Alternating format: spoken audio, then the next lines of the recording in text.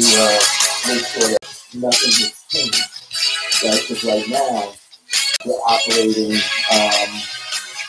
based on it being a consumer, right? And they just want to make sure nothing will I look at these back in the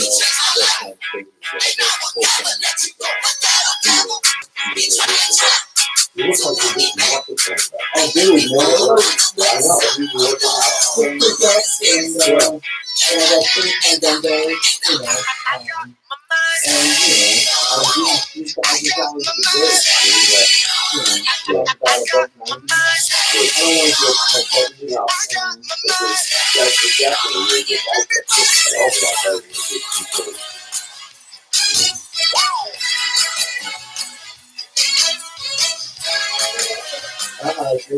Good. You know what you need.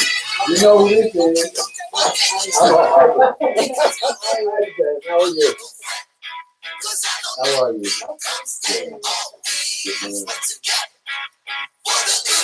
I was telling Dave yesterday, they're almost showing the sister pack with me and the boy.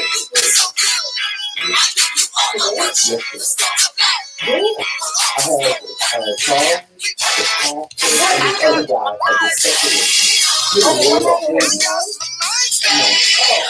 Well, based on what he put on Facebook about, you know, talking about me being petty and that I was doing sabotage and get. Before we get that idea.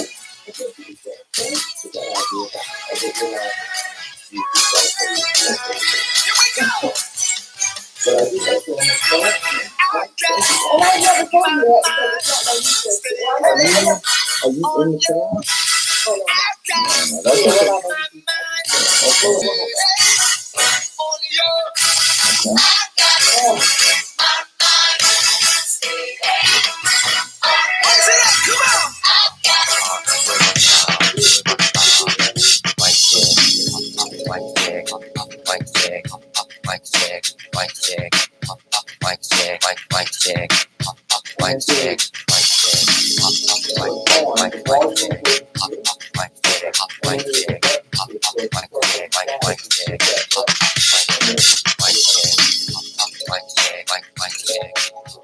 It's 2018. Accountability starts now. The Eric Dawson Radio Show.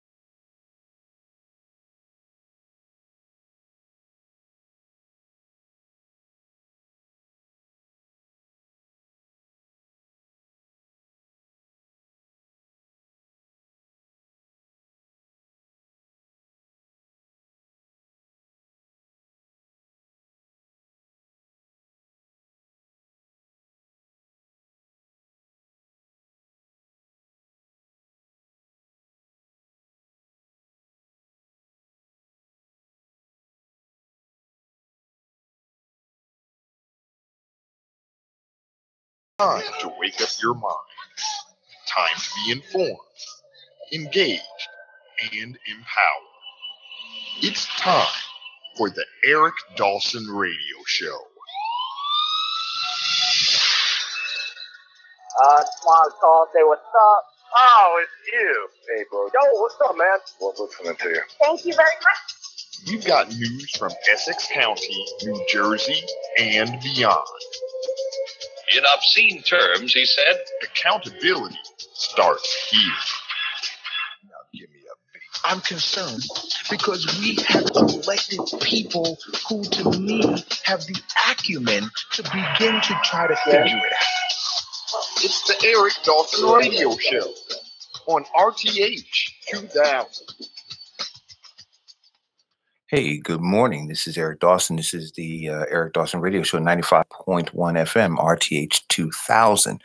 Welcome, everybody. Good I'm morning. here with co-host Jen Charles. Good morning. And also known as Zen Jen. Good morning. Good morning. And we're here with our longtime listener and supporter, David Tucker Sr., former councilman from the township of Bloomfield. Good morning. Good morning, Eric. It's always. Do we have you on? I can't hear him. I can't hear him. Yeah, go ahead. Can't hear me? I got you. You got me now? I got you now. It's always nice to be back on the show. I was a little bit concerned today. A couple things I just want to cover real quick before we get into today's topic. I was a little bit concerned today that I was going to go. I was going to be on time because I had to go have my hair done because I had last minute notice. You like how it came out? I hope it came out good, man. I got to go to your hairstylist. Okay, man, it's good. Second thing, I think I remember you. It's great that I'm here with Zen Jen today. 'Cause I gotta say this. Yesterday, remember I sent you a text message that said I just watched the last half of the show. Right. Well, what happened to me was after I called Kevin about trifling, and then Zen Jen called up and said that she agreed with me. Mm-hmm. I fell out of my office chair, hit my head, and I was unconscious till about 12:30. Thank God the cat came in, licked me to wake me, so that I could wake up and see the rest of your show. That's pretty funny. And the last thing is this: I can't urge people enough to get on Eric's GoFundMe page. Please, please, please donate.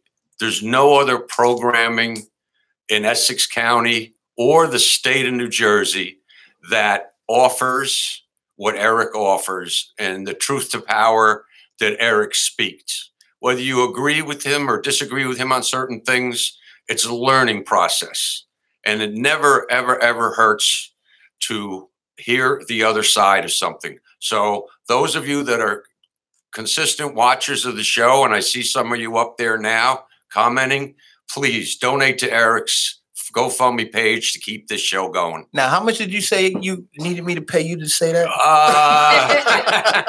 We'll discuss it after the show. You gave me this bottle of antioxidant water. I guess that's going to be enough. Yes. So I'm paid. Andre Little, guys. Go to Andre Little's page. He is the antioxidant water king, and that is some amazing water. I know he's cringing that I'm drinking Essentia, but I had already bought it, so I got to finish that too.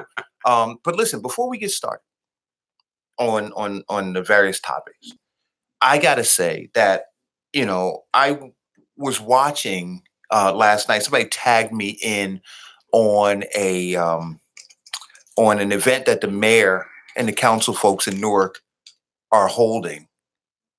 You got a problem with your? Yeah, I lost that. Okay. Yeah. I hit the auto tuning. It's better. Yeah. Okay. And so they're holding these sessions around the community, and I guess it's to engage the residents about the various, needs or issues, right? And so I found it pretty interesting as I was watching it, because we have been highlighting concerns for the last. Well, me personally, even before the radio show, for the last 7 years, I've been talking about issues in the community. And when talking about these issues, that continue to talk to me about, all of the great things that are going on in Newark, and that part of what I was running was a hate campaign against folks down at City Hall. And so I found it to be astonishing that the folks, the residents who attended last night's event in the South Ward of Newark, all they talked about were the issues that we've been raising. The filthy streets, prostitution, illegal dumping, poor lighting, loitering, violence. That's what they were talking about. And so I'm confused now because were all of those 60 plus people who attended yesterday, were they all haters or were they residents in the community who are dealing with real life issues that other people are just trying to wash over and paint over to give the illusion of something that doesn't really exist? Right? So I'm watching this and I'm listening to it, and the people come with no solutions. They literally had no solutions. You had the directors from different departments there with the mayor, and folks were talking again. They were talking about all of these issues that, and it was odd to me that you had John James, the councilman of the South Ward, Raz Baraka, the former councilman of the South Ward, current mayor. They're both in the South Ward, and they look like deer in headlights as people are talking to them about the issues. And I'm saying to myself, you guys born and raised in the South Ward, how do you not know these issues? When you ran for office, I challenged the fact that they didn't understand what was going on in the ward. I challenged the fact that the mayor, for the 4 years that he was a councilman, did not do anything measurable to change the quality of life for residents in the South Ward. And so to watch him yesterday, like a deer in headlights, as these residents who have been suffering through filth, suffering through violence, suffering through all of the things that they've been suffering through, a deer in headlights. You got to watch the video. It was astonishing for me to see that. And so the question that I ask is this again: were all of those people who were saying, here's the issue in my community, here's the issue on my block, here's the issue on my block, here's the issue in my district, here's the issue, they weren't talking about how beautiful Newark is, how clean Newark is, how safe Newark is. They weren't talking about that. And so we have to begin to become honest people when we talk about these things. And these are folks who are now elected. And this is the other thing that got me. There were brilliant people in that room. I'm not talking about the employees. I'm talking about the residents. Brilliant. There was one woman who said, I don't understand why you guys are writing on pieces of paper. Don't you have technology? Don't you have pads that you can give us information from? We're in 2018 now. That's what she challenged them. Like, don't you have technology to be able to do this a little more efficiently? But here's the issue. When you surround yourself with inept people, and then you want to put those people in charge, and then you want to go to the brilliant people in the community who are suffering and say, give us your ideas so that I can pour them on these inept people and never get anything accomplished, that's where the frustration sets in. Because those folks are not capable of taking what was given to them and applying it in any meaningful, impactful way. I mean, when I tell you, I was livid watching it because I'm saying to myself, so now tell me that those were not the things that I was talking about for the last 7-8 years. That's all I'm talking about. And folks say to me, well, Eric, why don't you talk about the good things? And I said, well, those people, those 60 people weren't talking about whatever good things you're telling me I should be talking about. They were talking about the things that I'm talking about. And so tell me now that I'm not advocating for them. We got to wake up and we got to understand what's going on. And so here, I'm going to give this to the mayor. One of the biggest things is, two things. People say we don't want folks loitering because we understand that when you have loiterers, right, that you have a propensity of crime occurring. And so the mayor said, well, we can't do anything about them loitering.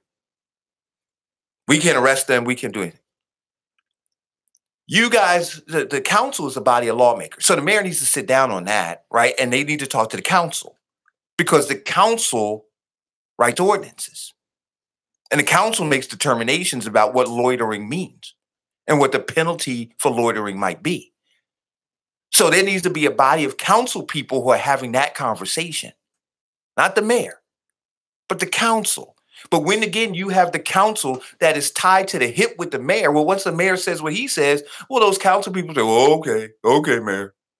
Man, meanwhile, the person who's saying, I can't walk out of my house because people are rolling dice or selling drugs or hanging out in droves in front of my house. And the mayor says, well, I'm helpless to do anything for you. Well, then get out, move. If you can't help these people. And here's the other thing that I want to say. In terms of the illegal dumping, which is massive in the city of Newark. Yeah, I saw that post yesterday. It's massive, a massive issue. Here's a proposal to you, Mayor Baraka. You need help, right? You need help. You need help whistleblowing on the illegal dumping, the businesses that are coming in and dumping. Much like you do with other crimes where you offer rewards, right? Why don't you proactively go into a community of people who are looking to make money in different ways and say to them, hey, look, what we want to do is essentially let you know that you could be a bounty hunter. And if you, with your smartphone, are able to record somebody illegal dumping, upon conviction of that person and the gathering of the fine, you will get a percentage of that. Well, whoa. Now think about the partnership you create in the community. Now you got people who got smartphones who can figure out how to turn these smartphones into revenue generating devices. And be a part of helping get their community clean. Right? Imagine that. Now you have people say, well, I don't just have a phone. What's in it for me? Because let's be clear. A lot of people are not going to understand what's in it for them to turn in an illegal dump, somebody who's illegally dumping, simply by saying, my neighborhood's going to be cleaner. There are a lot of people who are just walking past that garbage and filth, and they don't connect themselves to the community in that way. But if you incentivize them by saying, hey, Jen, you live on South 10th Street. That's an area where folks are, because we also know where they're dumping. We know they're dumping in Seth Boyden. We know we are off of 78, off of 22. We know the communities that they're dumping in. So now you just tell folks in the community, you say, hey, look, here, if you can videotape them, get the license plate number, you bring that into us. Upon us convicting them and collecting the fine, you will get a percentage of the fine or a flat fee, however you want to do it. It would incentivize them. I'm just beside myself right now. I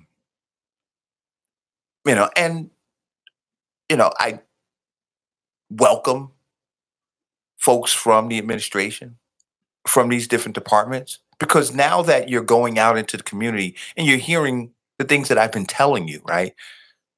My question is, do you take it seriously now? Do you understand that these are real issues now? That Eric wasn't just flapping his jaws now, right? And so now, and I said this from the outset, this platform is for anybody who has an interest in improving the quality of life for the residents who reside in our communities. Anybody. So if that's what you guys are genuinely, that you've heard the pain from those people, I'm going to post the video. So you, I don't know if you saw it, but I'm going to post it so you can just listen. And you listen to these people and you go, man, these folks their taxes have been raised 4 times, about to be raised a 5th time. They shouldn't have to live like this. I had to get that off my chest. I'm sorry. That's fine. That's fine. I understand. So Good job. Listen, it's Kavanaugh. You He's still on Kavanaugh. all day, every day. I mean, I'm watching, and I flip around. I mean, they started talking a little bit about, they got back to the Russian investigation now, right? A little bit. But the top line thing right now is still Judge Kavanaugh. And, but McConnell said, we're pressing forward. He said by the end of the week, we're going to have a vote. He says out of the committee, and we're moving it forward, and we're going to have a vote. So the question becomes, and this is what people are asking now, right? And then Donald Trump. So I want to talk about that. And then I want to also talk about the Kanye West thing. Okay. All right. But with Donald Trump, he's now said he is unleashing the FBI to probe deeper, to allow them to do what they want to do. But, and there's a huge but, they got to do whatever they could do within this confined time frame. And so now the narrative on the other side is, well, if you're seeking the truth, you can't put a time limit on an investigation. If the goal is that you're seeking the truth, you have to allow the investigation to go wherever it's going to go, to talk to whomever you have to talk to. And that may take forever. Right.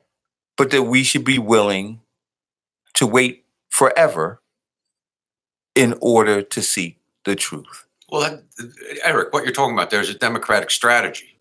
I mean, all they're trying to do is resist. They've been trying to do that since January 20th, when Donald Trump was sworn into office. And you're talking about wanting to take forever to get to the truth. We lost 6 weeks because Dianne Feinstein decided to resist. We lost 6 weeks of time. She could have revealed that letter. Dr. Kavanaugh and his family wouldn't have gone through this embarrassment. Dr. Ford and her family wouldn't have gone through this embarrassment. It could have all been done behind closed doors, and that would have put an end to it. That's part of the resistance movement that's going on now, simply because Donald Trump is president. And to go back to what I said a few days ago, this is not about Brett Kavanaugh. This is not about Dr. Ford.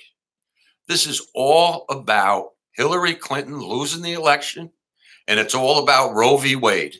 And you can talk until you're blue in the face, but you're not going to convince me any differently. This entire resistance movement is about that. And that's where the Democrats are headed right now. They're just trying to push things past the midterm, hoping they would win the Senate, which they're not going to do. And they're just resisting. Anybody else Trump puts up, it's going to be the same situation. I mean, let's be honest. I mean, our generation. But now, will it be because remember, McConnell stated there were Republicans who had an issue with this nominee in the beginning, and they said it's going to be challenging pushing Kavanaugh through this process. They said there are a lot of other people, President, that could go through smoothly. Now remember that you're talking about two female Republican senators, okay? Two female public senators that are right to choose people, okay? So in a way, they're a little bit part of the resistance movement. So they're stuck between, what do I keep my right to choose values? Because everybody believes that Kavanaugh is going to turn around and he's going to reverse Roe v. Wade, okay? So that's where they're coming from. If they were right to lifers, we wouldn't even be having this discussion. But they're looking for an out in order to appease the Republican base. That's exactly what's going on with the two of them. And Jeff Flake, he's never gotten along with Trump. He's not running for office again. He really doesn't care. I mean, there's something in the water out there in Arizona between John McCain, God rest his soul, and Jeff Flake. There's something funny in the water out there because these two are the only ones that are part of the Resist Trump movement. And that's where that's where that's at. We need to be honest about what's going on here. Well, I don't know if they're the only ones that are part of the Resist Trump movement, but what I will say is that I meant Republicans, Jen. Oh, okay. Let's be specific then. We gotta be specific. All of the Democrats and these couple of Republicans. Okay. Yeah. So what I was gonna say was that I do agree that this is a tactic to resist Donald Trump in a way. And I understand why they're resisting. And I feel like they should be resisting, just not this way. This way is almost, it almost turns Dr. Blasey Ford's story, which I said yesterday, into a joke, because what you've made this now is you've made this into like a reality TV show scandal kind of thing. And these are two human beings, real actual lives. Like, this is not, I like I said, last time I was on the show with you, Eric, I was watching like the feed during the hearing, and the comments was just like, is this a joke? Like, are you guys serious? People are not taking this seriously, which is why people are willing to pick a side without having all the facts, without understanding all the facts, without corroboration on either side. So when you say they're not taking it seriously, are you saying that they're not taking the process seriously? They're not taking the process seriously. Okay. This has been turned into a reality TV show. Yeah. But my question to you, Jen, is this: whose fault is that? Who? There's one individual responsible for all of this nonsense and all this hurt and pain going on in both families. Forget Ford, forget Kavanaugh. Think of their husbands, their wives, their kids. There's one single person responsible for what's going on now. And who do you believe that is? You tell me. Dianne Feinstein, for holding everything back. I figured you were for holding everything back. So let me ask you a question. So we understand that she held it back, and that had she not held this letter back, that we would have been able to move through the process. We wouldn't even have known anything about the process, Eric. It would have all been done behind closed doors, private investigators and everything else like that, to not have to embarrass anybody. They would have done their own thing. Nobody would have been hurt. And I agree with that. I think that it should have been done behind closed doors. I think that they should have had a quiet investigation, and then from that, all of the senators would have been able to vote and make their decision based on the information that they would have been able to ferret out. That wasn't done. And so we are where we are. Does it mean that we don't still do the investigation, which is where people are now? So they're saying, okay, fine, the horse is out of the barn, right? But there are a lot of potential demons left in the barn. And so folks say, well, once the horse is out, what's the purpose of closing the door? Well, if you believe that there may be some additional demons in the barn, then you want to close the door. And so I'm asking, should the process, whatever the process should have been behind closed doors, and let's say it would have lasted 6 weeks, right? Had Feinstein been more responsible with the information that she was given. If we still say, well, we believe that it might have taken 6 weeks to pour through this, then for the people who are saying now on the left in particular that how do you now do what might have taken 6 weeks had Feinstein done what she should have done responsibly? How are we going to now compress that timeline down to 1 week? And if we say that at the end of the day, we want to ensure that we have the most competent Supreme Court justice who's going to serve a lifetime. Totally agree. Right? And now me understanding the tactic, and said that this isn't the way to go about doing it because you're setting a precedent now. So I get all of that. But somewhere in there, right, we're going to wind up with a Supreme Court justice. And the question that I'm asking both sides is it reasonable for the American people to have as much information as we can about this individual, irrespective of the time it takes to do it? knowing the tactic. So I understand the tactic. I understand that the Democrat, and I believe that the Democrats lost, right? That's what it boils They down lost. to. They you know, so they don't get to pick. They're salty about what the Republicans did to Obama and his opportunity to pick. They're salty about all of that, right? They held that seat open for 400 days or whatever, 400 plus days. I get it all. But we are where we are now. And we're going to have a Supreme Court justice that's going to complete the complementary number of justices we have, 9, right?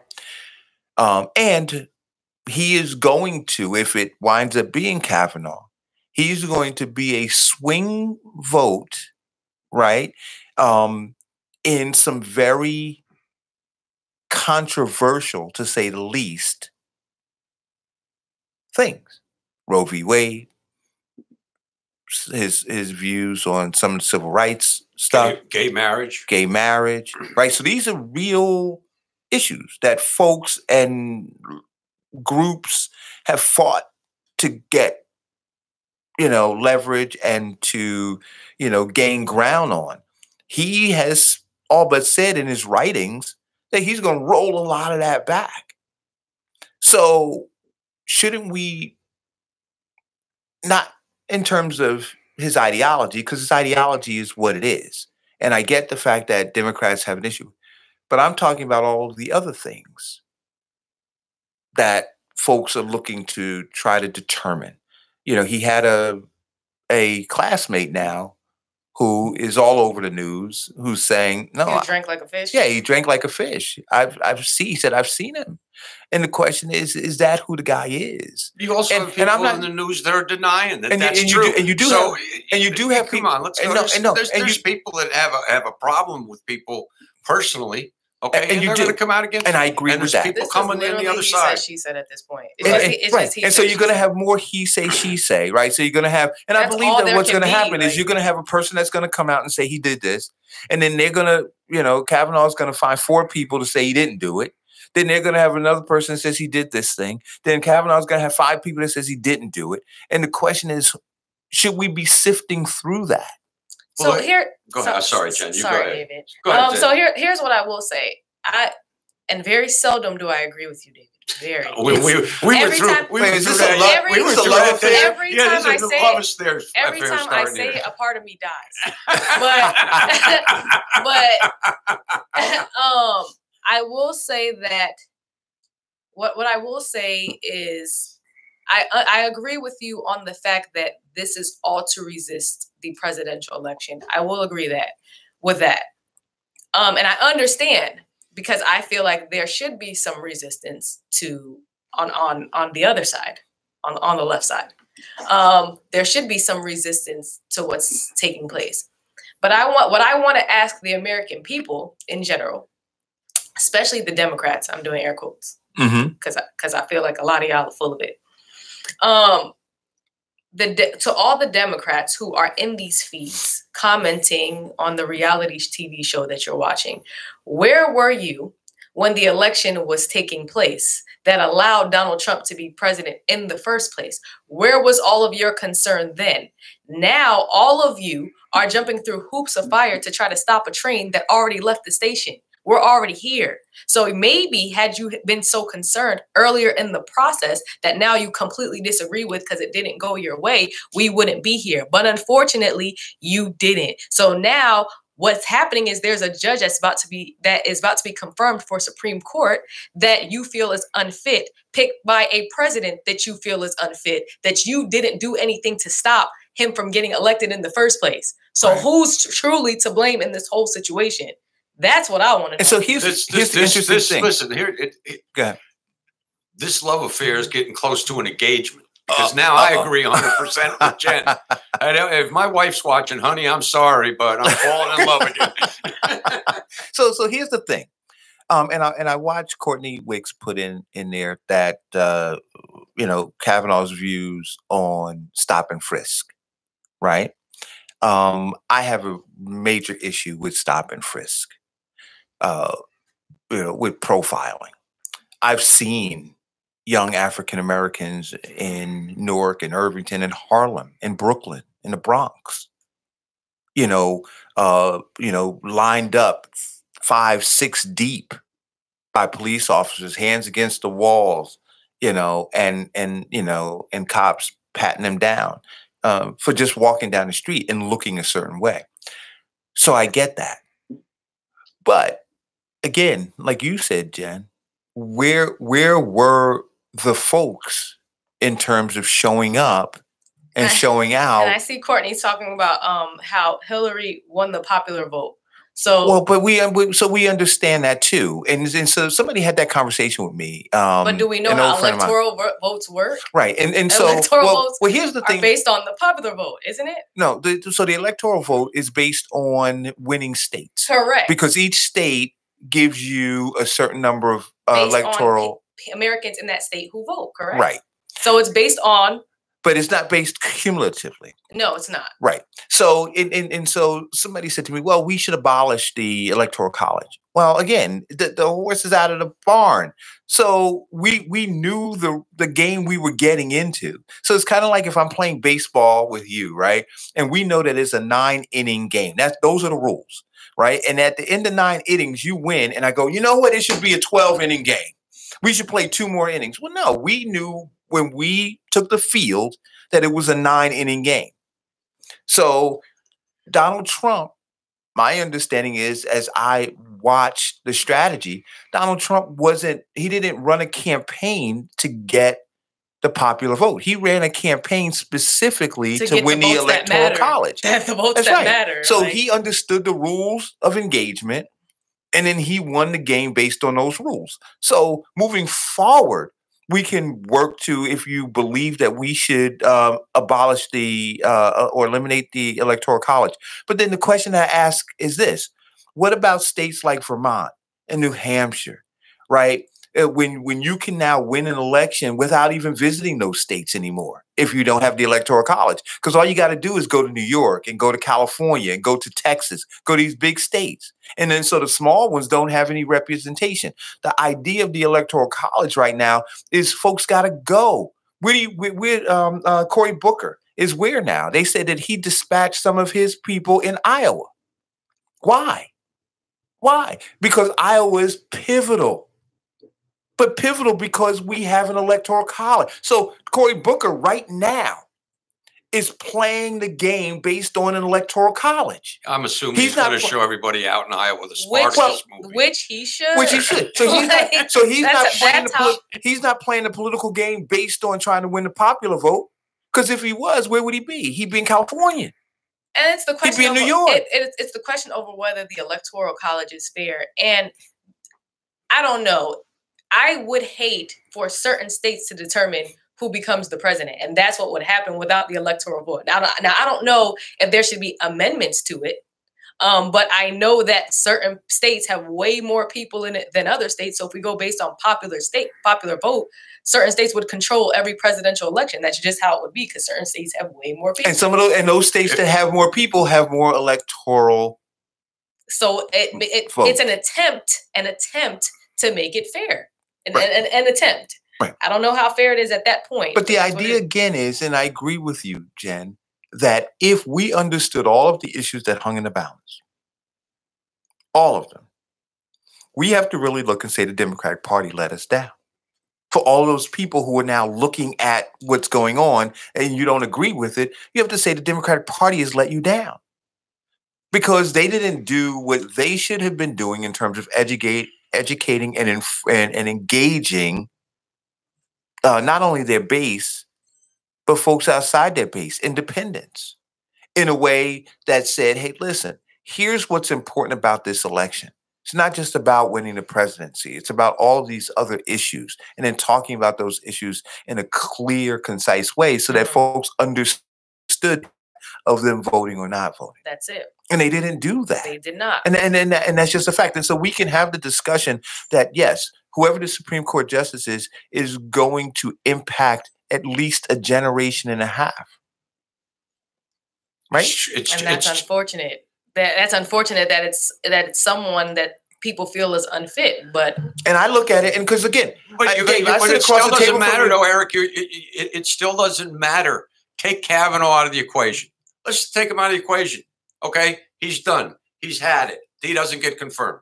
Take him out of the equation. They're going to put another one. They're going to nominate another one. Well, yeah. Right. So the point is this: that Trump's going to be there for 6 more years. 6. He's going to win. I didn't say 2. He's going to be there. He's going to be there. That's what you said. He's going to be there for 6 more years. Mm-hmm. Okay. Every single justice that he puts up is going to be conservative. Okay. So what are we going to do in this country? Yeah. Are we going to get together and make a decision, or are we going to fight? Every single thing. Are we going to resist? Y'all hear how David's talking? David said 6 more years with conviction. He said y'all losers with no power. Right. I just want to let y'all know. No, but that's what he's saying. In my mind, he pretty much talked about your mom. Right. I think you should go to the polls. Wow. I think you should go to the polls this next election, but that's just me. But you're right. But you're right. And so if it's not so, if Courtney's concerned about stop and frisk, if other folks are concerned about rolling back Roe v. Wade, and then you got other people concerned about civil rights issues, whatever those issues are, they're going to find another justice. If it's not Kavanaugh, they're going to find another justice who is in that mold, and they're going to appoint. They're going to nominate that justice. So and then what is it? And so what are the Democrats going to do? Are they going to continue to say, well, we don't want that one either. We don't want that one either. We want to create another process by which to vet this one. We want to create another process by which to vet, instead of acknowledging the fact that they lost the election and they don't get to choose. That's exactly because right. that's really what it comes down to. And now what we have to do is we have to regroup. If you don't like, I'm sitting across from you and I'm telling you, I don't support Kavanaugh, but I support a fair process. I do also. You see, I don't support Kavanaugh. I think, for me, for what I believe, I think he's dangerous. Which means you're not going to support anybody over the next 6 years. Is that what you're saying? I'm not gonna. But I'm going to support a fair process. So understand what I'm saying. Okay, no, I understand So you're going to do a fair process. As See, long as the process is fair, and you have to admit the process has been unfair up to this point. No, it has been. So absolutely. Ideologically, I am not aligned with him, and probably will not be aligned with anybody that Donald Trump nominates. Ever. Right? Right. Got it. But I understand it's a 9-inning game and we got 9 innings to play. So if I want to win, then I gotta get up and I gotta perform. I gotta do what I gotta do to win. I can't go and change the rules as we go along because I lost. I can't do that. And I recognize that too. And so the Democratic Party right now, if you look at it, they're in a shambles. They don't know what to do. You got Elizabeth Warren now talking about she's going to run. But I'm saying to myself, well, wait a minute. You, to me, have no credibility because you should have ran last term. It's just not that. What's she going to do? Run her campaign out of a teepee? No, but she was lying from the start. Eric, come on. I mean, she's totally dishonest. But she should have run in 2016. But she got lockstep with a Democratic Party that she knew was failing us. She aligned herself and endorsed a candidate who she, out of her own mouth, talked about was a failure. You see, so I'm looking, you have no credibility. But they're trying to grab these people. They're trying to hoist up Cory Booker, which again, I got major issues with. And I think that as he takes the national stage more and more, they're going to begin to unveil some of the major, because don't forget this. Cory Booker palled around with Ivanka Trump, right, when he was mayor. Cory Booker took money from Donald Trump. Well, everybody took money from when Donald he was Trump. Mayor. No, but I'm going to go further. The office that Cory Booker had on Park Avenue in Newark was owned by Jared Kushner's dad. So Cory is tied up in that whole thing. So don't believe for a minute that there weren't casual conversations that will become very public. You see, that there may be receipts that will become very public about Cory Booker. So for the Democrats now to look and say, well, we got this guy who's really popular on Twitter, right? Really popular on Facebook. And so we're going to try to launch a campaign based on his Twitter and Facebook popularity. Is that far-fetched though? In this day and age, right now, yeah, is that? Oh well, we're in the reality show. So, generation. in order to win an election over Donald Trump, it won't be effective. You see, so because what you have are you like I was listening last night. Don Lemon had had a panel of guests on, and they were two conservatives and. I can't forget the senator from, was she from Florida? Former, her name will come to my mind in a minute. But anyway, they were talking about various things. Donald Trump at a rally was talking about the increased number of jobs in the Black community. That I breezed over that. You saw that, right? Yeah. And so that is a real statistic. Okay. Nobody can deny that there are more Blacks working now. So what they started talking, it was Nina. And what they were talking about was, well, let's look at the quality of jobs. Okay, fine. We can look at the quality of jobs, but you can't now blame whatever the quality of jobs on a guy who's been in office for only 2 years or less than 2 years. No, 2 years. I mean, they right? did a lot of blaming on the previous president. So well, they and again, so I'm about a fair process, right? So I'm saying, you know what? For me, in 2 years, I didn't blame Obama. After 6 years, I did. 7 years, I did. At the end of his term, and he was there for 8 years, I questioned a lot of the things that he did, that he shouldn't have done, and a lot of things that he didn't do that he could have done.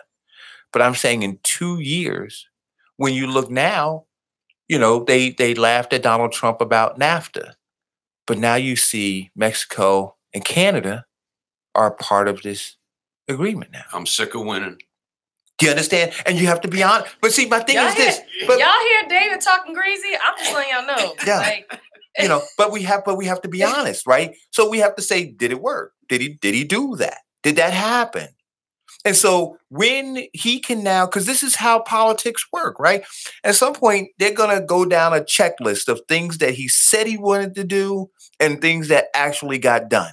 And for those people who voted for him based on the things that he said he was going to do, if he did those things, then people are going to say, you know what? Good job. And now he's going to say, now moving forward in my next 4 years, here's what I want to do. And if he's done some of the things that he said he was going to do, why do you not believe that he's going to move forward to accomplish some of the additional things? And so that's what Democrats are up against. And removing an incumbent. See, I'm not looking at the poll numbers that you see on MSNBC, CNBC, because those same understand this, the same people who are putting out poll numbers on those channels put out poll numbers during the election, right? They put out poll numbers during the election saying Donald Trump was losing. Those same people. I remember that. Those exact same people. So we're looking at those people now and going, oh, we believe those poll numbers now. You believed them then too, and they were wrong. And they all, Steve Kornacki and all the rest of them had to come back and eat crow. So I'm not looking at those poll numbers. What I'm looking at, measurable impact. Well, if you look at things down the road, okay, I really don't want to go. I'll go there since we're talking about numbers. 35% of Donald Trump's base is David Tucker-like people. I ain't moving away from him. I don't care. I'm hanging with Trump. 35%. Those people will never move. People at those rallies will never move.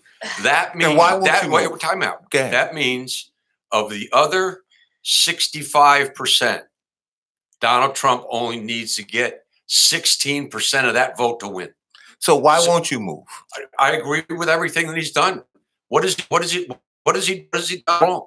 He's delivered on every promise, every single promise that he said he was going to deliver on. That wall's eventually going to get built. Oh, It's God, definitely going to get have built. an anxiety attack. That's all right. I Go can't. ahead. That's why I can't do this. That's all right. I'm going to take off my hat. But no, but it's here- good but to here- have your but- but- discussion. but- That's but- what it's about. But here's the reality, right? So here is the reality. The reality is, like Dave said, hey, you're looking at a Donald Trump supporter. You're looking at when you want to I know understand. when you want to know what the base looks like.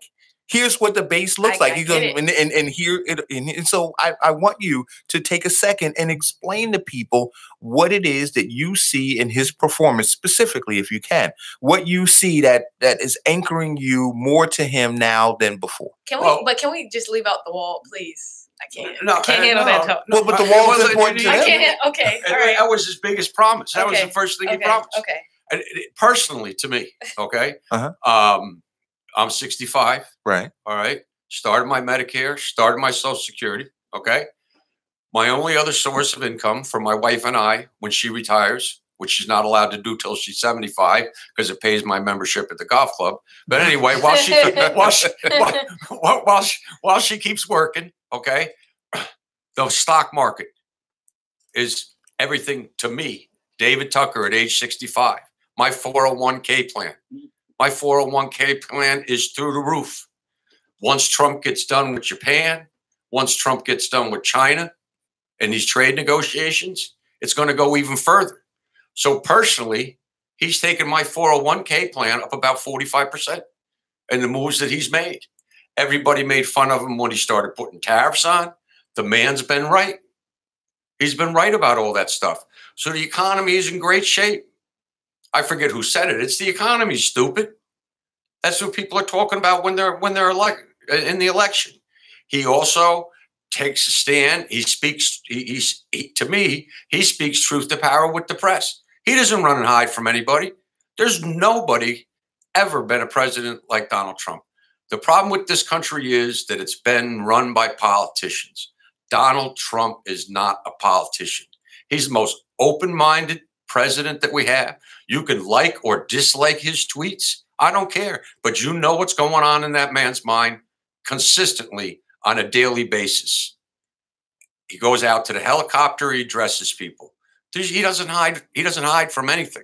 So there's a comment, and Kevin Morrison, I'd love you to call in. He says, Eric, we need facts from this radio show. Not mumbo jumbo. So what facts that was did I not? That was much earlier though. What facts did I not give you? Oh, that was much earlier. Yeah, that may have been about my earlier comments, my diatribe. Yeah, okay. We're like 30 minutes behind on there. If you want to scroll down there. Oh, okay. Okay, got it. Because that was before I spoke about the popular vote. Okay. All right. Yeah. All right. So Courtney says your facts. What's wrong with my facts? They're all true. Well, here's what I will say about David's facts. The thing about David's is unemployment at an all-time low? Absolutely. Are there more blacks working now than before? Absolutely. Eric. Yeah. Here's what I will say, because I'm not going to disagree with anything that you're saying, but what I am going to say, I don't know. I'm asking a question. Whether it was true or not, yes, those things are true. But whether it was true or not, the thing about groupthink is that only you think like that. So the thing that David is giving us insight is to people that don't necessarily think the same way we do. And there apparently is a lot of them, because that's how they won the election. So maybe we should pay more attention to what we're actually opposing. So yeah, ergo why we do the show. You underestimated what's in David's mind. Ergo why we do the show. See, because at the end of the day, my question is this: should we all not want a better America? Should we all not want lower unemployment? Should we, as African Americans or blacks, not want more folks in our community when we look at the levels of poverty in our communities? Should we not want more black folks working? So the question is, when we talk about in our community, or for all the people who didn't vote for Donald Trump, when we say, well, what is it that we want? What do we want? And what is it that we want that we're not getting now, right now, like literally under this administration? What specifics? And I'd like people to call in. Let me give the call-in number. The call-in number is 973-672-1271. Again, 973-672-1271 or 973-677-3753. What is it that you want? I want to go to put this, to throw this question out there. One of Trump's famous quotes in one of his rallies when he was running for president that he was specifically addressing to the Black communities, Hispanic communities, and the minority community was, what do you have to lose? Tell me what you have to lose by electing Donald Trump president. What is it that you have to lose? Right. The Democrats haven't done a thing for you. And that was one of the greatest lines of the whole campaign. Right. But what do you have to lose? So there's one thing that, well, there are quite a few things. So now when we look at what have you lost? So what we are on the verge of losing for folks who want who don't want Roe v. Wade rolled back, we have that to lose. For the young Black kids who were being stopped, and frisked and they racially profiled, we have that to lose now. So there's some things to lose. There are definitely some things to lose. No, but what have you lost so far? Oh no, well, we don't have him on the court yet. No. Okay, well, right, we don't have him on the court yet. All right, you brought up Roe v. Wade a couple times. Right. Let's just take a look at that for 1 second. Right. Okay. I don't want to turn this into a Roe v. Wade show, but let's just look at it in 1 second. This is what makes the progressive left make me laugh. Okay, they're all about climate change. All you hear is climate change, climate change. The science is telling us this. How far has science come in the last 40 years since Roe v. Wade to let us know when that embryo has a human heartbeat? A lot further than it did before. So if you're going to believe in science on one side, take your science to the other side too. Oh no! And pay attention what that's about. I'm not disagreeing with your logic. That science has changed in the last 40 years. Right. I'm not saying Roe v. Wade one way or the other. All I'm saying is, if you're going to believe in science on climate change, look at how the science of an embryo has grown over the last 40 years. Right. And I don't know whether folks are looking at that or not, but the fact is right now, it's one of the things that they can hold on to and say, right now, a woman who wants to, because we don't know where it would go, right? You have women who are raped, right, and impregnated. And we don't know where this thing might go, where they say you have to have the baby. Rape and incest to me are totally different situations. I don't have a problem with that. But to you it is. But we don't know how the court's going to come down on that when we get Kavanaugh in, right? I understand. So people will have stuff to lose. I'm saying. So when he said, well, what do I have to lose? So on the other side, in terms of the wall, right, and I just clear about it. You go back and whether it was Hillary Clinton when she ran against Obama, or Obama when he was running against Hillary, or Bill Clinton, they all talked about border security. They all talked about firming up border security. And so now when you had Donald Trump come and say, I want to build a wall to firm up border security, all of a sudden it became an issue. Right. And why did it become an issue? Why wasn't it an issue when Democrats overwhelmingly supported Obama? Why wasn't it an issue when Democrats overwhelmingly supported Bill Clinton for 2 terms? It wasn't an issue then. So these are the kinds of things that, when we do the group think, when it really is just about, well, the Democrats said do this now, so do this now. Not do what's in your best interest, but do this because we said do this. And now the same thing we just told you to do, we don't want you to do it anymore. And then people go, okay.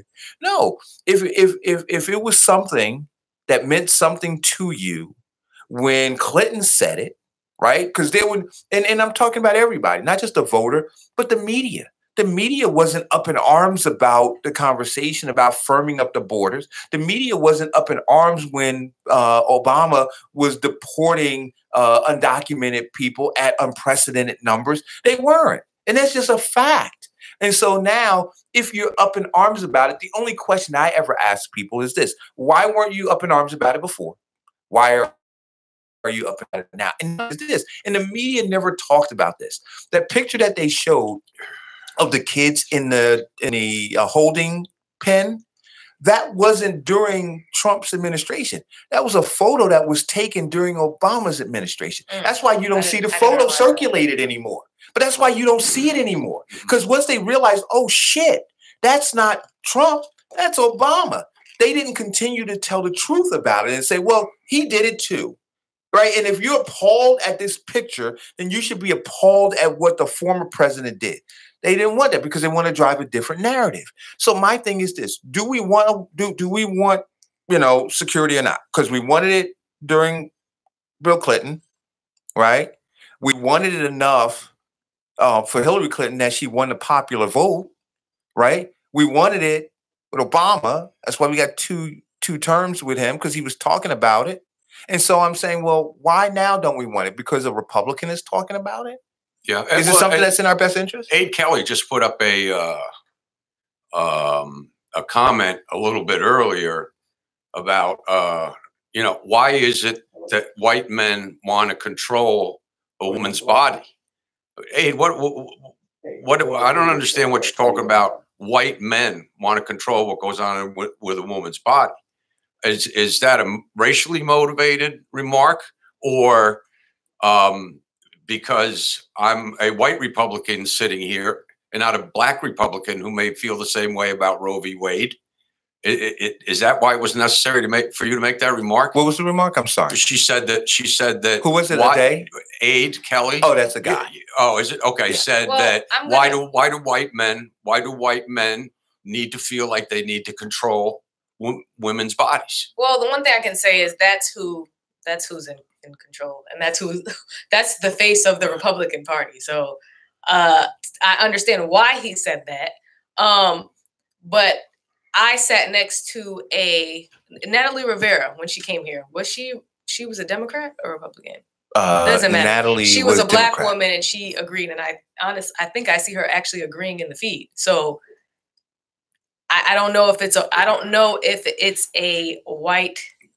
only a white male perspective, though. I mean, what is the face of the Republican Party, though? Is it not white men? I don't know. At this point right now, I would think under Donald Trump, I would think the Republican Party is all races and all kinds of people. Well, I think the problem is, well, no, we have to get beyond race in this country. I'm sick. Sick of this stuff. We got to get beyond race. And we do. We're all human beings. We are, Eric. You know that. We are. But what I will say to you is this, Dave. We're not. You're the first one to admit that too. But we're not getting beyond race. We need to be human beings. We do need to be human beings. But you know what? You gotta admit that has been quite startling to watch in that judiciary hearing that not only were they all white, but they were all men. That there were no women. So when people talk about the fact that the Republican Party is not inclusive, right? You see these folks who have been there for 30 years, 35 years, 37 years, however many years they've been there. On the other side too. But you see on the other side a greater influx of Hispanics and Blacks and women. Right. And on the Republican side, the tent, this has been a criticism of the Republican Party, that the tent is so small and not inclusive of enough people. And so that's because they've all been there too long. That's why we need term limits. And so that's why we need term limits. I agree with you. Because they've all been there too long. But you're not going to take somebody down that's on the Judiciary Committee, let's say, and put a Heidi Heitkamp up or somebody like that just to make the committee look good. Oh, no. Once you're on one of the strongest committees around, you're going to stay there. Okay, I get it. But that's the face of the old Republican Party. That's not the face of what the new Republican Party is. So what I would love to see, right, is inclusion on both sides. Right, because you don't know my pain. If you have folks who are sitting around a table making decisions about policies, and none of those people look like me, none of those people have had life experiences that I have, they can't empathize or sympathize with anything that I'm talking about, and they're making decisions based on being, from a 30,000-foot view. Right. If you've had a person who's been raped, for example, who becomes a senator, well, when that person is sitting there and they're looking at policy or passing legislation, they're bringing to bear their personal experience, right? Or if they haven't been, but they've had family members who have, they can bring those experiences to bear. The concern, and I think the reason Ade said that is the question is on the Republican side, can they bring to bear all the pain and issues and challenges of the everyday American across a broad spectrum? Well, Ade said he's trying to call in and can't get through. I don't know if there's something wrong with the phone. Is everything okay? Well, you know what? I don't know. So I'm going to dial a number and I'm going to see. But I think that's what. Well, what about that broad spectrum, as you called it, during the 8 years Obama was president? What did he do for the broad spectrum? What did he do but except stand up and speak some fancy words? Well, no. What did Obama do for the broad spectrum? Well, if you look, I want you to tell me what he did. I will tell you. So he nominated the first Hispanic Supreme Court justice, woman, Sotomayor, right? Justice Sotomayor. Which the Republicans went right ahead. Right, but I'm saying he did that. And if you the old white men. And if you look in his administration and if you look in his White House, if you look at an array of photos from the White House, you will see a rainbow. Not just in color, but in gender of people who were in decision-making positions. And all I'm saying is this, I just believe, and I have a lot of friends who are Republicans. Me one of them. Right? Them. You one of them. I just met the man who's running for, I can't remember his name right now, but he's been watching the show since, who's running for freeholder out of Camden, had him on. He's a Black Republican. I've got Doug Freeman, who is the South Ward Democratic chairman in Newark, who is a Republican. So I talk to them all the time, and they will admit too that the Republican Party is not as inclusive as they would like it to be. And so from within the Republican Party, just like I encourage folks who affiliate themselves with the Democrat Party to say, look, it's a party that's not working for us, right? So you either have to look outside, right, and not have just this blind allegiance to a particular party, but to candidates who have your interests at heart, or you have to implode the party from inside and rebuild it. And so I think that there needs to be a revolt within the Republican Party as well that says enough is enough. You guys have been here too long. There needs to be a greater representation, because what people are saying, we're witnessing that there are not enough women in leadership positions within the party. It's not opened up enough for African Americans and for Hispanics. We need to open it more, So and it's constructive criticism, right? Remember, the leader of the RNC right now is a woman. Kellyanne Conway is a woman. Sarah Sanders Sarah Sanders is a woman. She is. Okay. The UN representative, her name skips me by now. The United States representative of the UN is a woman who used to be the governor of North Carolina. So it isn't that he's not spreading things out. He is. There's a lot of women in the Trump administration in important roles, cabinet positions. So, hey guys, so I don't know who said that they were trying to call in, but the calling numbers do work a day. 973-672-1271. I just called it and it does work. Or 973-677-3753. And if you're listening through a mobile device, 641-793-8228. So while we wait for a day to call in, to talk about it, Kanye West. Okay. So, and I said this before. And I mean this, irrespective of the comment he made, and we can talk about the comment. Mm-hmm.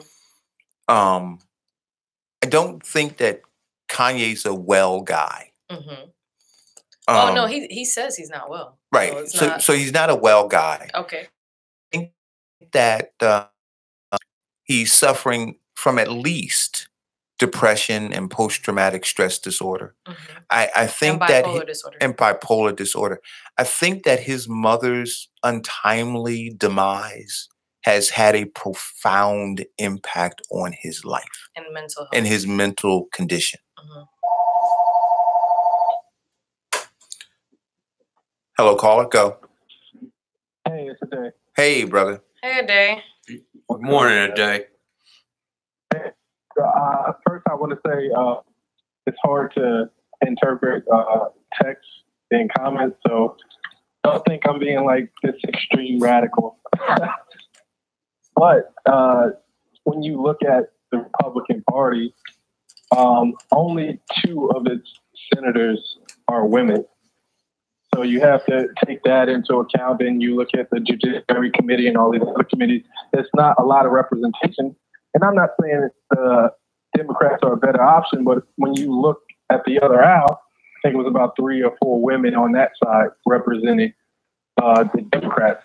So when I say, why are a bunch of white men making decisions about women, that's not even just Republicans. I mean, in this country, you have old white men making decisions that doesn't necessarily affect them. And that doesn't mean there aren't Black people or Hispanic people that aren't aligned with that ideology.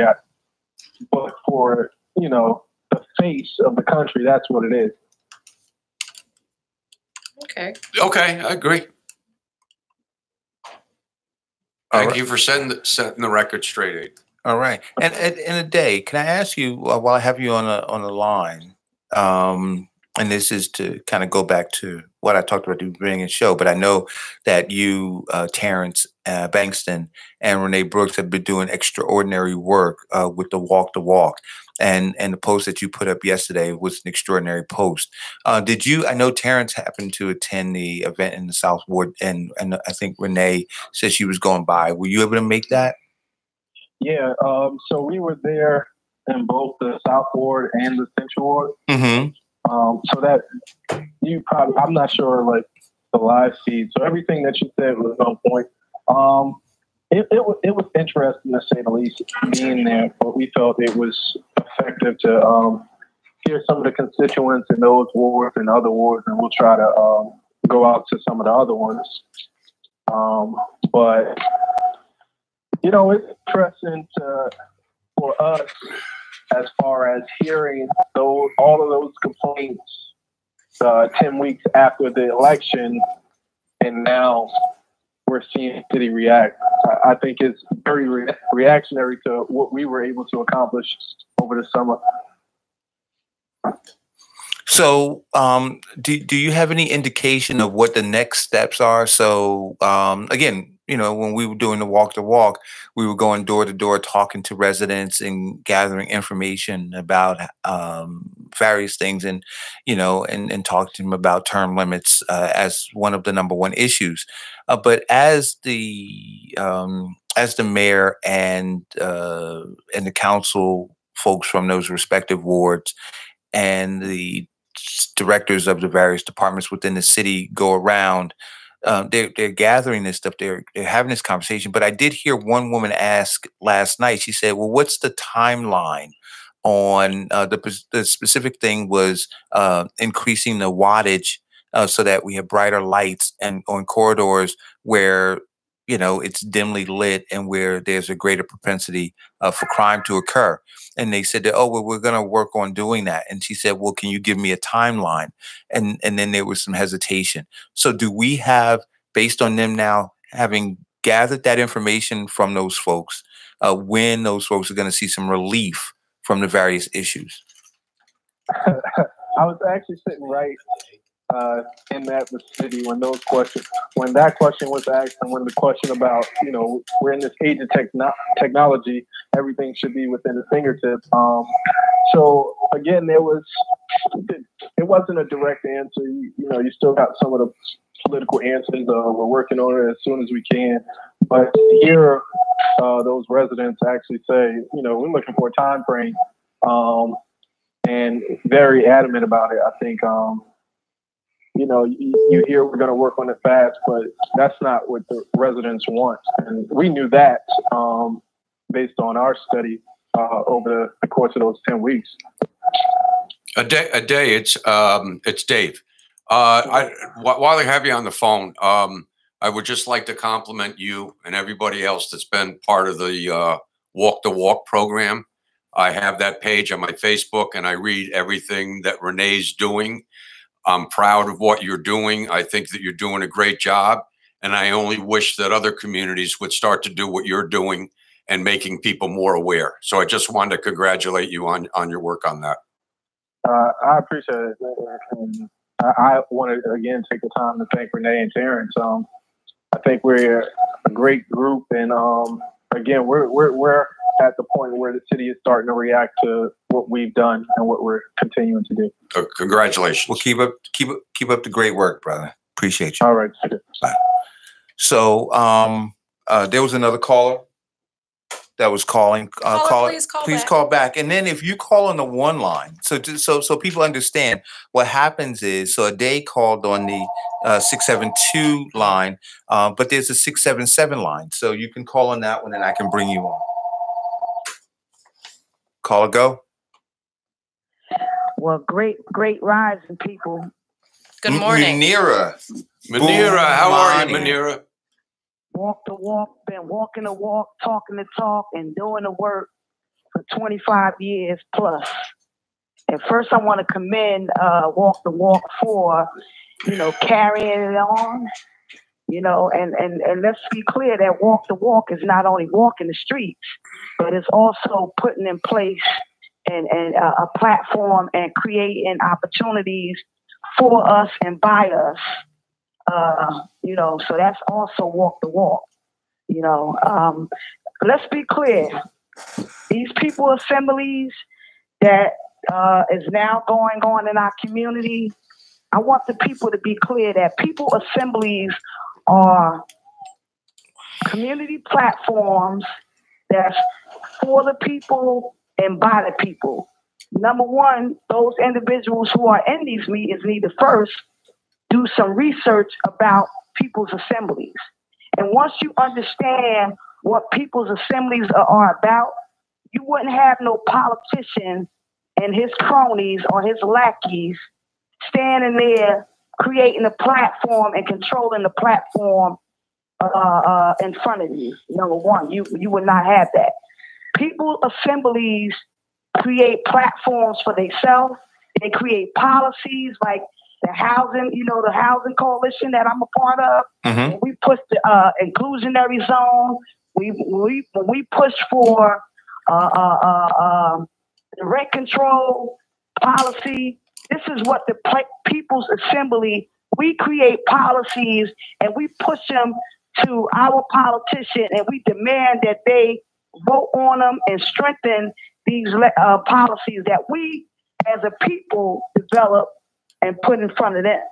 So let's be clear how people's assemblies are.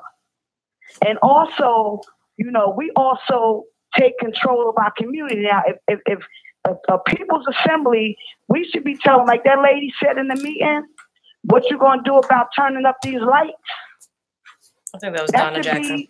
That should be something that the people assembly who's assembling there, they should be actually placing a demand to our council people, to our mayor, and saying, turn these lights up or else it's going to be a recall 2019. Well, here's the question I want to ask you.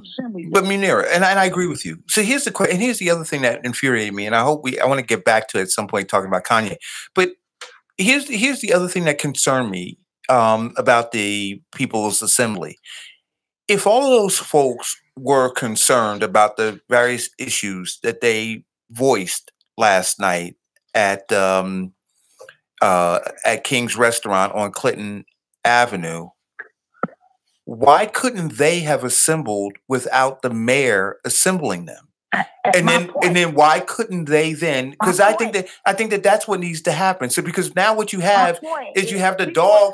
are community platforms. Yeah, you have the tail now wagging the dog. You have the politics, which is what you're saying. You have the politicians who are saying, we're going to assemble people, we're going to put a platform together, and then we're going to tell you what the narrative is. Tell you what they're going to be. Don't even supposed to be like that. First of all, those people that were sitting in that audience that had all of these, I was watching it. All of these titles. I'm from the such and such block association. Where you at? We never see you nowhere out here on these streets like we out here every day paving these streets. Okay. We never seen not near one of those people out here demanding anything at the council meeting. Do you see any of those people? Have you seen any of those people at the council meeting? Well, okay, so I don't know where they come from with all these titles and idols and all this bull crap that they was calling on in these meetings. But it's just sad to look at it and realize that all of these individuals who in these meetings saying that they got this organization. We had Miss Wallace there saying she was IYO, and kudos to Miss Wallace and some of the great things that she's doing, but she needs to step up her game as well. You know what I'm saying? And do a lot more than she's doing, but nobody don't want to tell her that because we love Miss Wallace, right? But she got to stop allowing these politicians to control her narrative and also to block her and stand in her way of what she need to do, right? Because she could do a lot more. All right.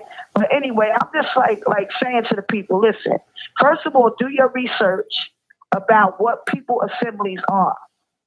Okay. And once you find out what the vision, what the platform of people assemblies, you will be taking over these meetings and you will be having those individuals sitting in the seats, the mayor, the councilwoman. You had Councilwoman Crump there. Now, anywhere she there sitting there, she got another ulterior motive in the back of her mind as well. So right. She was in the meeting, I saying her, but I'm not. They supposed to be sitting in the audience and hearing what your vision is for your community and what you want your community to look like. I agree. Okay, so this is what we want. We want these abandoned and the vacant properties. We want them cleaned up for us, by us. We want them to be resold to our people and our homeowners in our community. We want you to stop giving out these huge tax abatements to these corporations and these developers and start giving huge tax abatement to the homeowners here, so they can buy more properties, so they can buy these commercial buildings, so we can take control of our own community. If you're willing to do that, Mr. Mayor, then we could talk. But other than that, you're supposed to be the people assembly, supposed to be control of the narrative of what you want. I agree. You want. Thanks for the call. Let's be clear. Thanks for the call. And you need to stop being brainwashed and stop allowing these politicians to continue on brainwashing you with their bull crap that they come out every day. But what the mayor is really in fear of, because he knows that there is a movement rising. Okay, we are rising and we are making a call. We are calling for a recall, and they are very much intimidated by the fact of we are pushing for a recall, and we can recall every one of those individuals who are siding with the mayor, like the LaMonica, the bobblehead. Everything is yes, yes, yes. All of the yes, all the yes, yes, yes. The bobbleheads that's on the stooges, that's on the council, that vote for everything that this mayor push, that's for the corporation, because it's damn sure ain't for us. Because we still live in high poverty. We still live in high crime. We still live in high foreclosure. We got to, if you go through the north, the east, the south, and especially the Southboard neighborhoods where these abandoned properties are, it's a sad day. It's a disgrace. It's a disgrace to have a Southboard where all the politicians who are sitting in Congress, sitting on the city, local government, sitting in seats of power, to have that community to be ravished and deteriorating the way it is in South Florida if you go through these neighborhoods. Right. It's a disgrace, it's a travesty, and to have a leader that haven't done a damn thing for South Florida, but all he can do is talk because he ain't walking that walk. And he's brainwashing people, and people just need to go research people assemblies. Thanks for the call. Do your research. Thank you for the call. Thanks for calling, Manira. Do your research, people.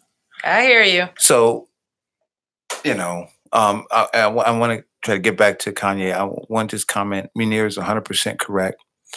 There was no empowerment at that People's Assembly meeting. What should have happened, you know, they came with an agenda. The politicians came with an agenda, and the people just kind of fell in line like sheep being herded again. We're going to break you guys up into breakup sessions. We don't want to call it the South Ward. We want to call them neighborhoods now. Upper Clinton Hill, Lower Clinton Hill, Weekway section. You know, so they came with their agenda and they imposed their agenda on the people, as opposed to coming in and saying, "What do you want? How do you believe this should work? Who can raise their hand and take the initiative and you guys set this up?" See, because for me, that whole meeting should have been about those people who are in power, empowering people to take their own destinies into their own hands. And they didn't do that. Now, and you'll be able to see what Munira is saying come to pass when they have the second meeting. See, because there should not be a second meeting now run by the politicians, right? Once you had the people assembly, those people now should have been given instructions or direction on how to organize themselves to prepare an agenda for the elected officials to come back to them for the follow-up meeting. But when the elected officials come back and call the follow-up meeting, it will let you know that the tail is still wagging the dog. And that it's all bullshit. And you got to call it what it is. But thanks, Munir, for clearing that up, and Ade for letting us know what was going on at the meeting. And we have to continue to shed light on these things. But as I was saying about Kanye, he's got mental illness issues. But he did in his rant on Saturday Night Live, and then he followed up by doing an interview with the host of TMZ. I did not see the interview. Right. Where he was talking about the hat being a symbol of something greater than Donald Trump, and it just being a symbol of his right to express his opinion. Right. He talked about the fact that he was bullied into folks wanting him to take the hat off. Mm-hmm. And that if we live in America, folks should support everybody's right to have their own thoughts. Have their own thoughts, right? But you have this herd mentality, and folks were trying to herd him into, by bullying him, mm-hmm. into their line of thinking about some things. What he did talk about regarding the 13th Amendment and abolishing the 13th Amendment, I vehemently disagree with his understanding of the 13th Amendment, mm-hmm. and him making that comment. But the other comments that he made, given the space that he travels in as an entertainer, and the thing that was most profound that he talked about was that you have, and I don't know whether it is accurate at 90%, but it certainly is probably close to that, when he said that 98% of entertainment and media and all of this is left-leaning, right? And so, and that left-leaning media and entertainment, the whether we're talking about music industry, we're talking about the film industry, television industry, right? The information that they pump out is all narrative driving, mm-hmm. right? And it leads the herd. And it works. And it works. And it leads the herd in a particular direction. He said that you don't have a lot of conservatives in those spaces where we have communication out to the masses. And he said, and so as a result, everybody is plugged into the matrix. And Kanye is saying, I'm not plugged into the matrix. Now, I agree with that. I agree that he also has all of these other emotional issues. So him able to get his point across in a concise way, right? And in a what's the word I'm looking for? That makes sense, right? It's difficult for him sometimes, but I do see his level of frustration that he sees from his vantage point that the majority of people are just kind of being spoon fed through, communication channels that are by and large funded by left leaning organizations and or people. Your thoughts? Well, my thoughts, I'll give mine. My thought is that I disagree with a lot of his positions, but also Kanye West is not a politician. He's an entertainer. He's a rapper. So I don't think we should be looking to Kanye West for a political viewpoint anyway. But I do agree with him on the thought thought that I hate groupthink. I hate it. I hate the fact that for me, it's gotten, or from my perspective, it's gotten to the point where people, if what you're saying even sounds like it's against what the media is telling them to think, they're in like an uproar. Like the media pretty much controls people's thoughts, like for the most part. And to me, I feel like I love social media. I love, being able to connect with people in that way. But I don't know that it's been a positive thing when we're talking about that. I kind of feel like social media has given people more validation when it comes to groupthink. And I have to agree with Kanye West in the sense that he is entitled to his opinion, even if you don't agree with him. It doesn't, you can disagree, you can agree to disagree with someone. It doesn't mean that now you have to do everything in your power to try to force him to think the way you do. It's okay that he thinks like that. It shouldn't change or affect the way you think. So what difference does it make if someone thinks differently than you? That's my thing. I don't understand that. It's threatening to people, because if I think differently than you do, then maybe there's some likelihood that I might be able to convince some other people through, through what it is that I have to say, to think the way that I think, and then all of a sudden your position is threatened. And so the way you maintain security is by threatening or bullying people to think the way you think. Look, I'll tell you that I've had, since I've been doing this show, because I hold Black folks accountable, right? I've been asked by members of my family, my immediate family, you hate Black people, don't you? That's crazy. If you listen to me, the totality of what I say, you know that that's not true.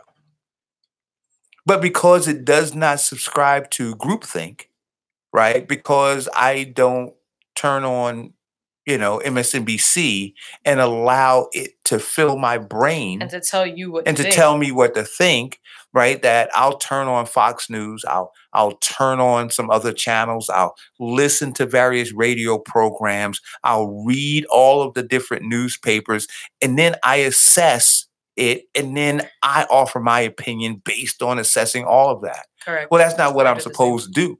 What I'm supposed to do is turn on CNN, MSNBC, and CNBC, and then parrot what it is that they say. Exactly. Anything beyond that, then somehow, I'm not down, I'm not a part of, and so I say proudly, no, I'm not a part of that stuff. No, I'm not down.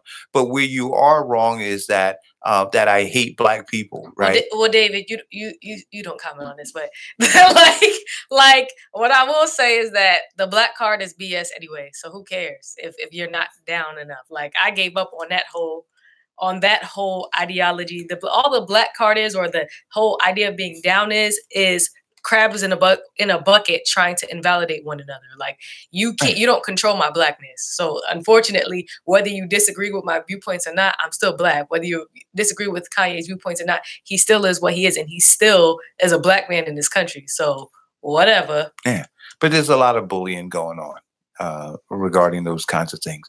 So listen, man. Can I just add something to the Kanye thing? You sure can. In the beginning, you mentioned that it's kind of obvious that Kanye is maybe suffering from some kind of PTSD. Mm-hmm. If I was married to a Kardashian, I would be too. That's all I got to say there. Kanye also has bipolar. Kanye is also bipolar.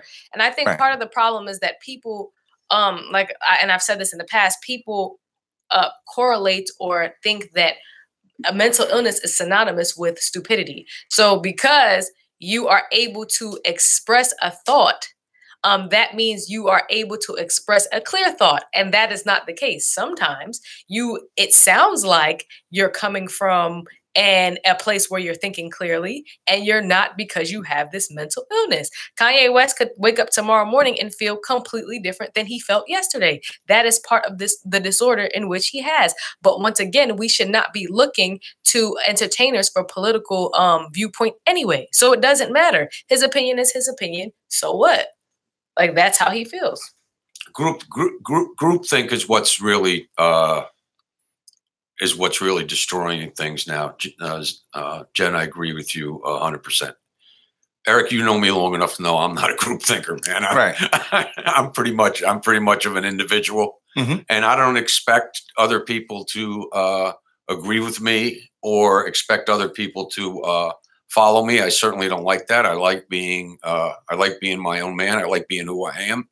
But I do have to agree with Jen that this whole group think right now is a huge problem, especially on social media.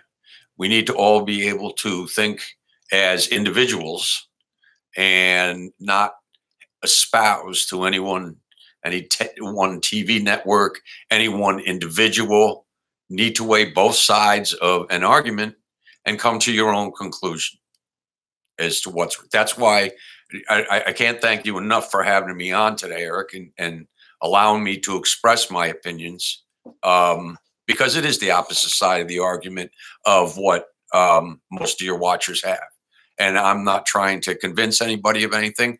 I'm just trying to let them know what else is out there other than what they're thinking. Well, and I think it's important, right? Because it's a different view, but it doesn't make it any less valid or important, right? And so when we begin to minimize your opinion, right? Because my opinion is better to me. No. So, but what we do sometimes is we exit out of that to me part, and we just say, my opinion is better than yours. Yep. Oh, no, just to me, right? But the willingness to say, but I give you a voice and a platform to express your opinion as well, because it's your opinion. And then we recognize, and so this was the human part of it, that we look and see each other as human beings and say, well, what works for Eric may not work for Dave. And then I am okay with that, right? I don't try to change you. I try to understand you through having conversations with you. And I'm very on a platform. And this is something too. I had a conversation with somebody yesterday, and I said, I'm very opinionated. As am I. And they were challenged by the fact that I said that I was opinion. I said, no. But here's where they said, well, you're not fair. I said, well, within my opinion is my opinion, right? The fairness in what I do is by giving you a platform to come on and talk about your opinion. Right. If I didn't allow you to come on and talk about your opinion, then one can argue I'm not fair. If I started to monitor the phone calls and I started to screen the phone calls, then one can argue that I'm not fair. But the fact that I don't screen the phone calls, that I open a platform to anybody even if you have a differing opinion than mine, that's where the fairness comes in. But to suggest that I should not be vehement about my own opinion, that's ludicrous. I'm glad you don't monitor the phone calls, or I wouldn't have been able to tell Kevin yesterday he was trifling. Yeah. Can I just finish go ahead, one quick statement? It's like a couple of weeks ago, Eric, on Facebook, and I know you talked about it on the show for a few minutes. When I posted that picture of myself holding out the Trump 2020 banner and the Make America Great Again thing, and I think you had made a comment on it or something, and I sent you a text message that the best and I is that we can agree to disagree, but still be brothers from another mother. I mean, that is what a lot of this country is lacking today, is civility. People find out that, this guy disagrees with me and they jump all up in their face. You got to learn to be civil and be able to have civil discussions. I mean, we're getting to the point now where there's violence going on over things that are happening in this country. That's a huge problem.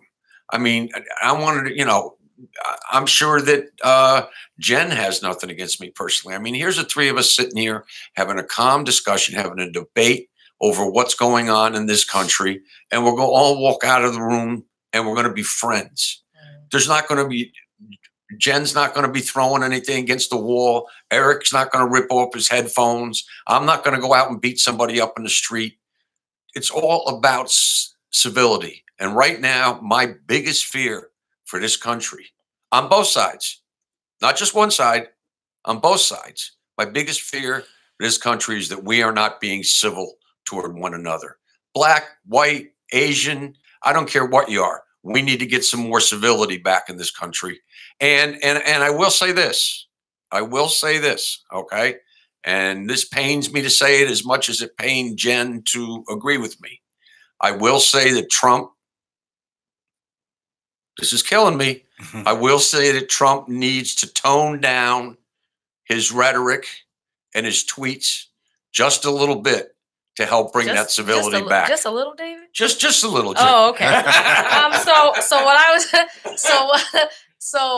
going to say was that I feel like we live in a society now where people only interact with other people that think like they do. Everyone has put themselves in a bubble of yes men. Let me hurt your feelings.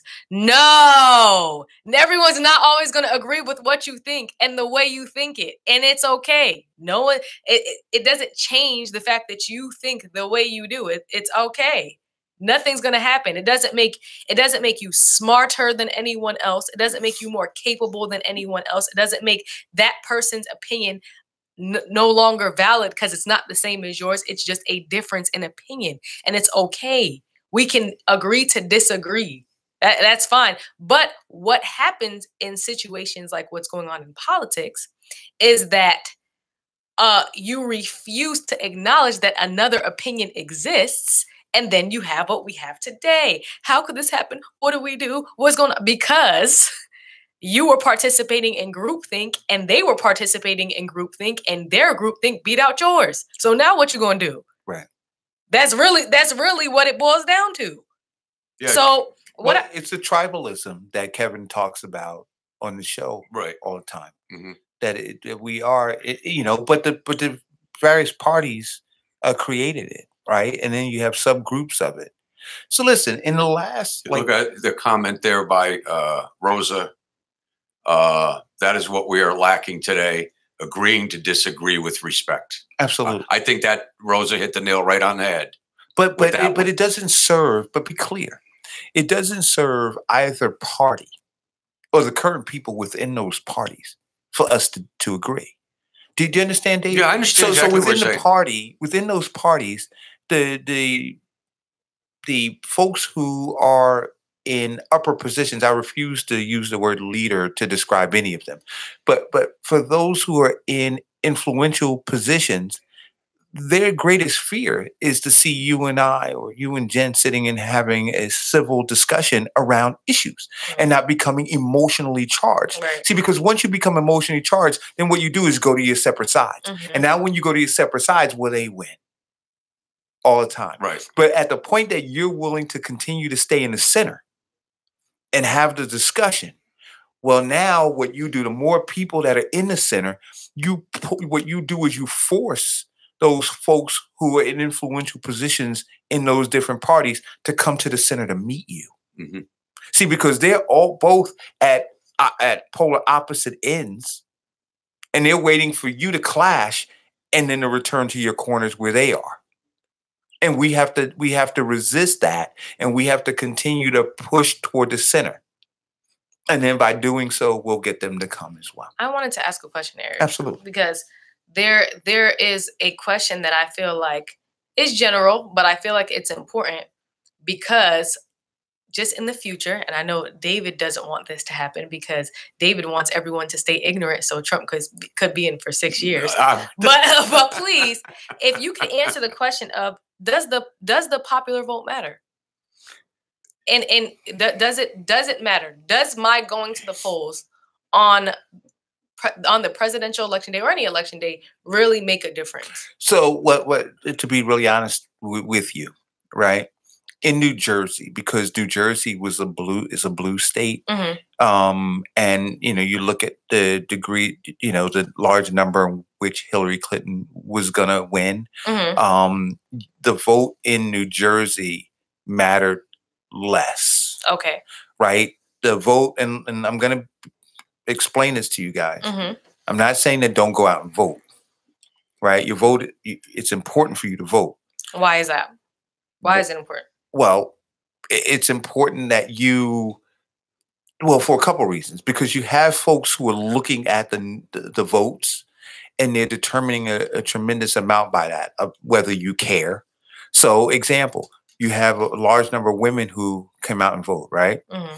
So when the governor came to run, what did he do? He went to the Black community. He told those Black women, I need your vote. How did he know he needed their vote? Because he looked at the manner in which they voted.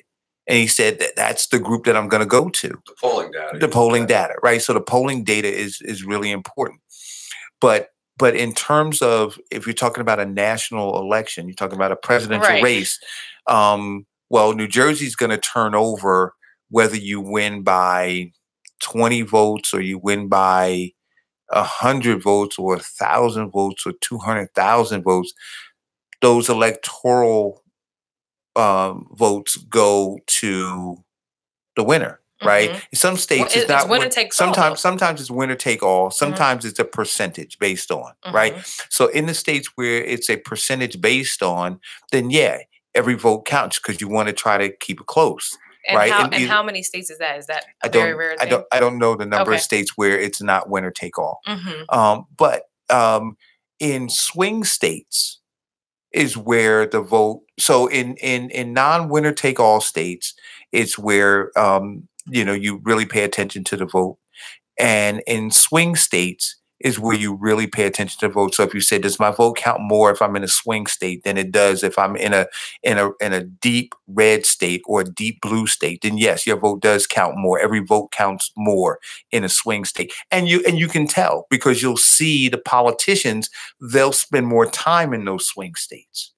Right, because they're trying to turn those votes. Because what they do is they say, I got New Jersey. New Jersey's a deep blue state, or Texas is a deep red state, or Indiana is a deep red state, or and then they'll look at it like that. I may have the figures wrong on this, but the number I may have incorrect.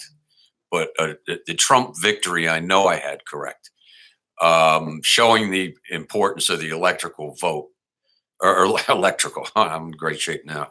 It's this freaking antioxidant water to make it. Hey man, so now your pH balance is on. I got to get something back. The electoral vote. In the last election, if you just cut the state of California off of the United States and let it float out to sea, which isn't a bad idea, by the way. I'm hoping Trump does that after he builds the wall. But anyway, if you were to cut that and move California out to sea, Trump would have won the election by 13 million votes. So that's how much of an effect, Jen, one state has on, that I understand. on the election. One state can control the election. And do we want the people of California to pick Jerry Brown's people, the people of California, the people in New York, and the people in New Jersey to be the sole people to elect the president? I don't think that we certainly want to be in that shape at all. Right. And then I have another question, and I have understanding of it, but for our viewers and listeners that don't. So exactly because I see people in the feed saying that they don't feel like it matters. How exactly does the electoral vote work? So you have population. Well, no. So you have what are they called? Like it's what's the word? They're I know what you're saying. Begins with a D. I'm having a mental thing, but they are essentially representatives of a larger body who are the ones who make the decision based on the vote that comes out of whether or not they're going to be in support of that particular candidate and give those votes over. Now, typically you're supposed to, right? So I thought it was supposed to run concurrent with the popular vote. It's supposed to run concurrent. It's supposed to be attached to the popular vote, right? So was concurrent the right word? I didn't use the right word, but attached. Okay. Yeah. So if you win the popular, if you won you got the most votes, then they are supposed to turn over those electoral votes to you. They're supposed to say yes. There was some discussion in the 2016 election that some of the states were going to revolt, because it is not mandatory. It is considered the practice that you won it, you get these votes. And I forgot the states that were. It was a couple of Republican states that Trump won that they were going to revolt because they didn't like Trump. Yeah, they were going to revolt. The electoral voters were not going to go in and vote for Trump. That's absolutely right. Which is what the popular vote, going completely against what the popular vote said. So then if you have 50 states that historically attach themselves to the popular vote, wouldn't that mean, or 50 electoral votes, or not 50 electoral, 50 states whose electoral votes in history have attached to the popular vote, doesn't that mean the popular vote matters?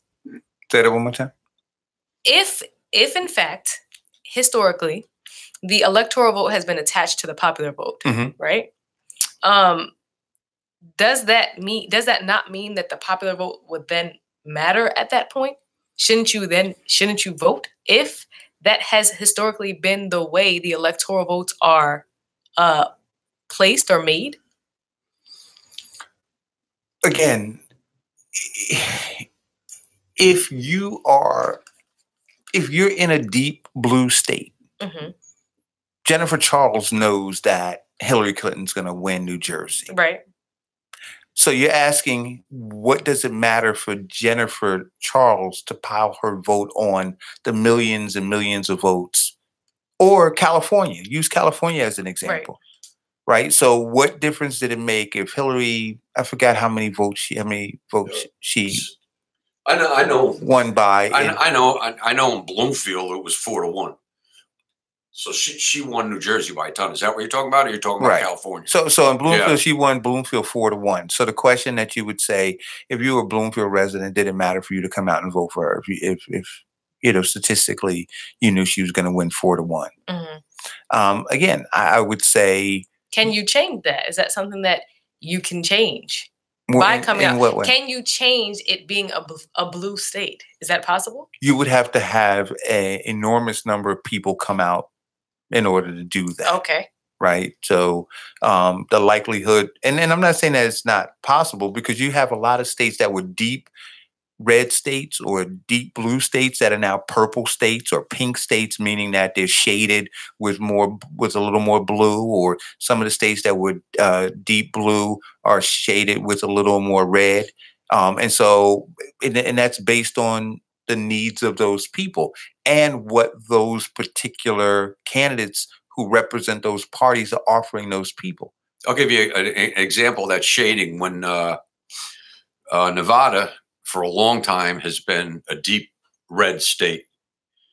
And when I happened to be out in Las Vegas, beginning of last month, my partner and I got paired up with another guy that's been living in Nevada for a while, playing golf. And we got into talking about politics. And he told me that all of the people that are moving out of California into Nevada right now are, because of the high taxes in California, are starting to change Nevada into a blue state. So that's one of those shady ones that Eric's talking about. And you don't know which way the Senate or the Congress is going to go. And as far as, is it important for you to vote? Remember that other than, a lot of times, depending on the election year, other than the president running, there's senators and Congress people running too. So in your state, that's extremely important for you to go out and vote for those people, because those are the people that are going to make the laws that you're going to have to live by. So it's always important to cast your vote, because there's always something local going on. Regardless of whether the state itself is red or blue, you want to have a say in what goes on locally. Thank you, David, for that explanation, because that's the only thing I wanted to know. And I think that a lot of people feel like voting doesn't matter. And I wanted to kind of pinpoint specifically why it's so important and how this has affected where we are currently in the state of politics in the country and where we go from here. So, and those local politicians that you're electing, say, on the council, or say that you're electing to the Senate or Congress, those are your future people that may be running for president. So you, on the local level, it's really important for you to have a say in what you're doing.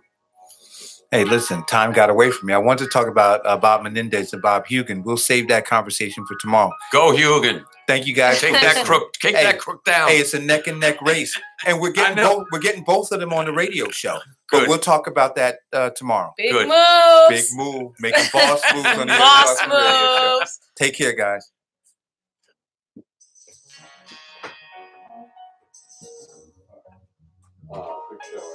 I try to get this stuff down before Ian gets in. So that is he on after you now? Yeah. Wake up, everybody, no more sleeping in bed. No more back thinking, time for thinking ahead. The world's changed so very much what it used to be. There's so much hatred, war and poverty.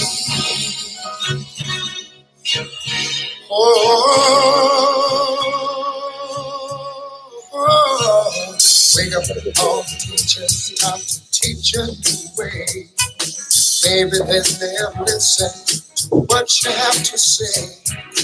They're the ones who's coming up, and the world is in their hands. When you teach the children, teach them the very best you can. World won't get no better if we just let it be. Na, na, na, na, na, na. The world won't get no better. We gotta change it, girl, just you and me. Thanks for listening to the Eric Dawson Radio Show. Now that you've received this dose of thought-provoking information, why not put it to good use? Spread the word and turn your knowledge into action. That's always helpful. Folks become more informed, and hopefully through the discussion, we can engage them, and then through the information, they can be empowered to make a change in the community. Tune in regularly for more food for thought. This has been the Eric Dawson Radio Show, RTA 2000. You know, and I'm not that kind of guy, right?